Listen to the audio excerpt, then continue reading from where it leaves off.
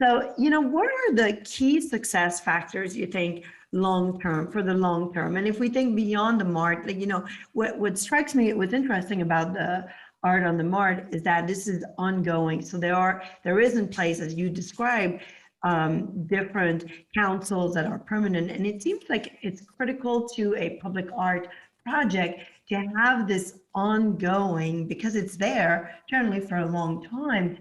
You need to have a structure in place of programming around public art so it stays relevant and alive. Like, talk a little bit about that. What you think are the key success factors to a public art initiative?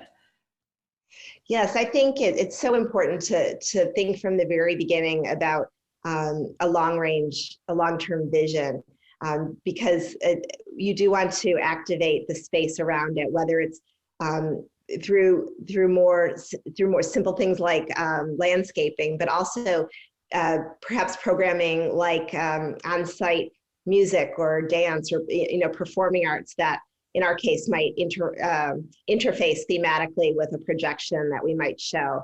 And so how can we, like any project, how can we continue to build an ecosystem around what we're doing?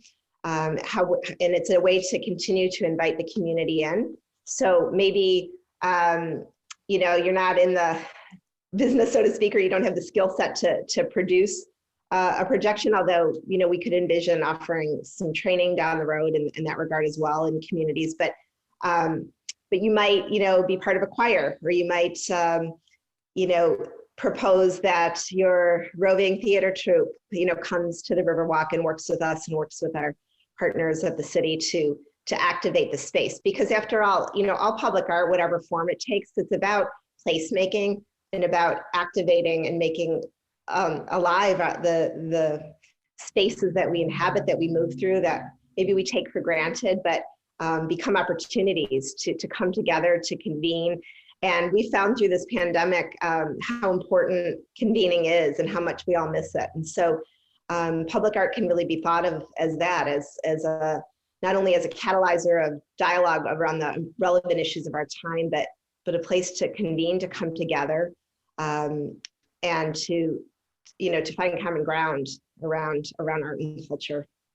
Yeah, and I think what's interesting, and also I think you mentioned that you have to think of public art as a project, right? So there needs to be all of the regular, the financial, the legal, the security, the insurance, the maintenance of it needs to be thought of, right? And then what you just talked about, kind of the marketing, you talked about the audience development, the engagement of the local community, and I love how you say this is the catalyst for activation, and that's how it needs to be thought of. And a lot of times when you go to cities, you see statues, you see these monument that's just there without really understanding why, and there's rarely events around it. And I think like if there were, then I think we would understand a lot better why at a point in time, this place and this statue or this art was put there. So I love this way of thinking about a catalyst for activation and placemaking. So, yes, and to your point about all the project management aspects, that's absolutely true. I think especially with art, we tend to want to glamorize it. And it's all, and no matter whether it's art or some other idea, it's so fun to be part of the ideating stage of things, right? And it's important to carry that passion that we have in the beginning of a project throughout its hopefully very long duration, and to care for it over the long term.